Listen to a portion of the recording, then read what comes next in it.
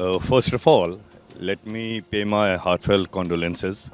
The Prime Minister immediately convened a meeting and instructed us to reach to Kuwait immediately so that this kind of a tragic incident is never repeated again. They assured us that they will take all possible steps.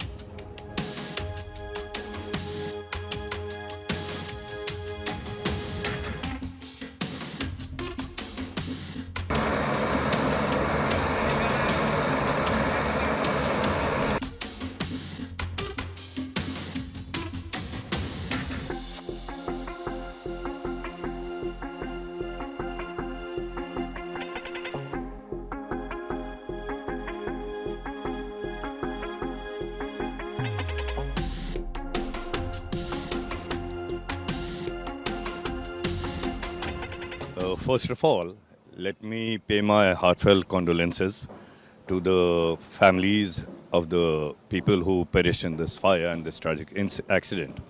It is no doubt a very tragic accident and incident, and we are all very sad about it. The moment our government got to know that such a tragic incident has happened, the Prime Minister immediately convened a meeting and instructed us to reach to Kuwait immediately and take all possible steps so that the mortal remains can be sent back as soon as possible, because that's the least that we could have done.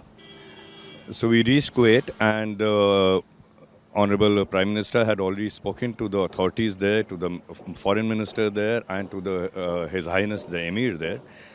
And I would like to say my thanks to the authorities that they did all possible, they took all possible measures, and they really fully cooperated in having all the paperwork completed, the identification done in such a short time, because normally this could have taken a week or at least 10 days.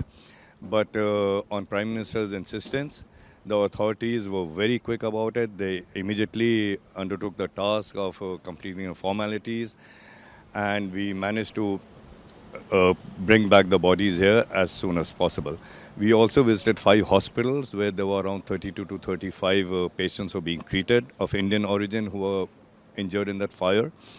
And we spoke to them individually, we inquired about their health, and all the hospitals and the directors were there. And I would also like to thank the hospital staff of each hospital that exceptional care is being taken by the hospital staff and the doctors of those patients. And most of them are likely to be discharged in a couple of days. See, we do not look at it how challenging it was. It had to be done. We took all possible steps, all possible efforts to have it done. And normally, as I said before, this would have taken at least a week, 10 days.